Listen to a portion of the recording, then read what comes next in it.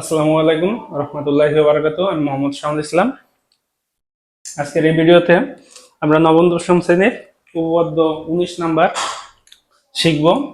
উপপাদ্যটা হচ্ছে বৃত্তের কেন্দ্র থেকে সমদূরবর্তী সকল যে পরস্পর কি হবে, সমান হবে। এই উপপাদ্যটা 19 নম্বর উপপাদ্যটা হচ্ছে 18 নম্বর উপপাদ্যের ঠিক বিপরীত। 18 নম্বর উপপাদ্যটা ছিল বৃত্তের সকল সমান যে কেন্দ্র থেকে সমদূরবর্তী, আর এখন বলছে যে সমদূরবর্তী সকল যে কেন্দ্র থেকে সকল সমবর্তী যে পরস্পর কি সমান, অর্থাৎ ঠিক উল্টা। আমরা এখন প্রমাণ করব। তো প্রশ্নটা কি বলছে সেটা আগে আমরা বুঝি, যে এটা যদি আমাদের কেন্দ্র হয় এবং এই কেন্দ্র থেকে যদি আমি 5 সেন্টিমিটার করে, অর্থাৎ এদিকে 5 এদিকে 5 এদিকে 5 এমন করে 5 সেন্টিমিটার দূরে দূরে যে যদি একটা করে আমি জ্যা আঁকি, একটা করে এই মাথায় জ্যা আঁকি, এই একটা করে যদি আমি জ্যা আঁকি, এই মাথায় যদি একটা জ্যা আঁকি, এই যতগুলা জ্যা আছে এগুলো সব সমান হবে। অর্থাৎ কেন্দ্র থেকে সমান দূরত্ব বজায় রেখে আমি যদি যতগুলা জ্যা আঁকি, সেই জ্যাগুলা সব কি হবে, পরস্পর সমান হবে। এটাই আমাদেরকে প্রমাণ করে দেখাতে হবে। আর এই প্রমাণটা 18 নম্বর প্রমাণের ঠিক বিপরীত, উল্টা। তো উপপাদ্য প্রমাণ করার জন্য 3টা ধাপ প্রয়োজন। সেই 3টা ধাপের ভিতরে একটা হচ্ছে বিশেষ নির্বাচন অঙ্কন, আর হচ্ছে প্রমাণ। এই দুইটাকে আমি বাতিলের খাতায় দিলাম। এই দুইটার চক্করে স্টুডেন্ট কি করতে পারে না, প্রমাণ শিখতে পারে না। প্রথম কাজ হচ্ছে সবচেয়ে বেশি সময় প্রমাণে দেয়া, তারপর এই দুইটাতে যতটুক মনে থাকে ততটুক খাতায় লেখা। এটা হলো মূল কথা। তো আমরা এখন প্রমাণ দেখব। তো একটা বৃত্ত নিয়ে নেই। তো এই বৃত্তে আমি দুইটা জ্যা নিচ্ছি, একটা হচ্ছে এ বি আর একটা হচ্ছে সিডি। এ বি এবং সিডি। এবং আমার এই প্রশ্নে যেটা বলা আছে যে কেন্দ্র থেকে সমদূরবর্তী, তো কেন্দ্র থেকে আমি একটা দূরত্ব নেই, আর এই জায়গায় একটা দূরত্ব নেই, অর্থাৎ লম্ব আঁকতে হবে। এটা ও হলে এটা নেই ই, এটা নেই এফ। তাহলে আমাদের যে প্রশ্নে দেয়া আছে কি, প্রশ্নে দেয়া আছে যে, প্রশ্নে বলতেছে যে দূরত্ব দুইটা সেম হবে, সমান হবে। ওই এবং ও এফ কি হবে, সমান হবে। ওই আর ও এফ যদি সমান হয় তাহলে এদের যে জ্যাটা থাকবে, এই যে দুই পাশে জ্যা, এই জ্যা দুইটা কি হবে, সমান দেখাইতে হবে। অর্থাৎ আমাদের যেটা প্রমাণ করতে হবে সেটা হলো এটা করতে হবে প্রুফ। এই লাইনটা, এটাকে আমাদের প্রুফ করতে হবে। এটা দেয়া আছে, এটা কি আছে, প্রশ্নে দেয়া আছে। তো এর আগে আমাদের যে বিশেষ নির্বাচন, এটা সিম্পল, আমি বইয়ে আছে সুন্দর করে, আমি অল্প বলে দেই। মনে করি কেন্দ্র বিশিষ্ট বৃত্তে এবি এবং সিডি দুটি জ্যা, এবং কেন্দ্র থেকে এদের দূরত্ব হচ্ছে ওই এবং ও এফ, যারা সমান। অঙ্কনটা হচ্ছে প্রমাণ করতে হবে যে এবি এবং সিডি সমান, এবং ও কমা এ এবং ও কমা সি যোগ করে দিই অঙ্কনের ক্ষেত্রে। এটাকে আরো গোছায় লিখতে পারো, যে যেভাবে পারো লেখো, কিন্তু লেখো, অল্প হলেও লেখো। আমাদের যে ডাব সেটা হচ্ছে প্রমাণের ডাব।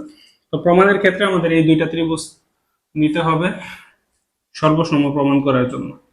এ ই ও,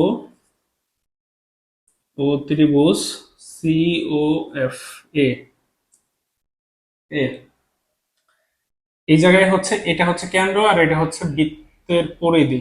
কেন্দ্র থেকে বৃত্তের পরিধি পর্যন্ত দূরত্বকে ব্যাসার্ধ বলে, অর্থাৎ এটা আমার ব্যাসার্ধ। আবার একইভাবে কেন্দ্র আর এটা হচ্ছে পরিধি, কেন্দ্র থেকে এই পরিধি পর্যন্ত দূরত্ব, এটাও বৃত্তের ব্যাসার্ধ।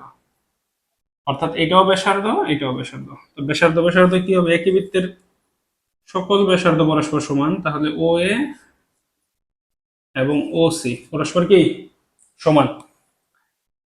এরপরে আবার বলছে যে প্রশ্নেই বলা ছিল যে দূরত্ব দুইটা সমান, অর্থাৎ ওই এবং ও এফ এটা কি সমান, এটা প্রশ্নেই বলা আছে। আচ্ছা, তো একটা বিন্দু থেকে একটা রেখার লম্ব দূরত্ব, এটা অলওয়েজ একটা বিন্দু থেকে একটা একটা রেখার দূরত্ব, সেটা অলওয়েজ লম্ব আকারে হয়, এই জায়গায় 90 আকারে হয়। অর্থাৎ এই জায়গায় আমার 90 আছে, এই জায়গায় কি আছে, 90 আছে। তাহলে আমাদের এ ই ও এবং ও এফ সি এরা পরস্পর কি সমান, কেন, কারণ এদের দুই জায়গায় কি আছে, 90 করে কোণ আছে। 90 করে কোণ হওয়ার কারণ হচ্ছে আমি আগের ভিডিওতে বলছি যে একটা বিন্দু থেকে একটা একটা রেখার দূরত্ব কখনো এমন তেরা হবে না সবসময় সবচেয়ে কম দূরত্বটা হয়, অর্থাৎ লম্ব আকারে যে দূরত্বটা সেটা হয়। তাহলে যেহেতু ওরা এটা দূরত্ব বলছে, একটা বিন্দু থেকে একটা রেখার দূরত্ব, সেটা অলওয়েজ কি আছে, লম্ব আছে। তাহলে এটার জন্য আমরা কারণ লিখতে পারি যে ওই এবি এর উপর লম্ব এবং ও এফ সিডি এর উপর লম্ব, এটা আমরা কারণ হিসেবে উল্লেখ করে দিতে পারি। তো যেহেতু দুইটা ত্রিভুজের ক্ষেত্রে, এই ত্রিভুজ এবং এই ত্রিভুজ, এই দুই ত্রিভুজের ক্ষেত্রে দুইটা বাহু একটা কোণ সমান, অতএব এই দুইটা ত্রিভুজ কি হয়ে গেছে আমাদের, সর্বসম হয়ে গেছে। সর্বসম প্রমাণ করার তিনটা ধাপ, এই তিনটা ধাপের একটা ধাপ আমরা পূরণ করছি, তাহলে এই ক্ষেত্রেও কি হবে, এটা সর্বসম হবে। অর্থাৎ আমি বলতে পারি ত্রিভুজ এ ই ও, ত্রিভুজ সি ও এফ এর কি সমান, সর্বসম। যেহেতু ত্রিভুজ দুইটা সর্বসম হয়ে গেছে, এর সকল কিছু কি হবে, সমান হবে। তাহলে আমরা এই জায়গায় বলতে পারি যে এই এবং সিএফ এরা কি সমান, এই এবং সিএফ এরা কি সমান। এই যে এই অংশ আর এই অংশ সমান, কারণ এই ত্রিভুজ দুইটা কি সর্ব। এই ক্ষেত্রে আমাদেরকে জেনে রাখতে হবে যে কেন্দ্র থেকে যদি কোনো জে এর উপর লম্ব টানা হয়, কি বলতেছি, যে কেন্দ্র থেকে কোনো জে এর উপর যদি লম্ব টানা হয় তখন ওই জেটা দ্বিখণ্ডিত হয়ে যায়, অর্থাৎ এই জায়গায় যতটুকু অংশ থাকবে এই পাশেও কি ততটুকু অংশ থাকবে। তাহলে যেহেতু এই কেন্দ্র থেকে এটা লম্ব, তাহলে এই জেটা কি সমান দুই ভাগে কি হয়ে গেছে, বিভক্ত হয়ে গেছে। তাহলে আমরা বলতে পারি যে এ ই এটা হচ্ছে সম্পূর্ণ এবি এর অর্ধেক অংশ। আমরা কি বলতে পারি, এ ই সম্পূর্ণ এবি এর কতটুকু আছে, অর্ধেক আছে। একইভাবে সি এফ সম্পূর্ণ সিডি এর কতটুকু আছে, অর্ধেক আছে। সম্পূর্ণ সিডি এর কতটুকু আছে, অর্ধেক আছে। এই পাশে হাফ হাফ ক্যান্সেল, তাহলে এবি সমান সমান কি সিডি, যেটা আমাদের কি ছিল, প্রমাণের উদ্দেশ্য ছিল, এই যে এবি সমান সমান কি সিডি। তো আশা করি এই উপপাদ্যটা বোঝা গেছে। যদি কোনো জায়গায় সমস্যা হয় তাহলে ভিডিওটা পোস্ট করে ভিডিওটা থামাইয়া নিজে থেকে একটু চিন্তা করা এবং বইটা একটু দেখো পাশাপাশি, ঠিক আছে।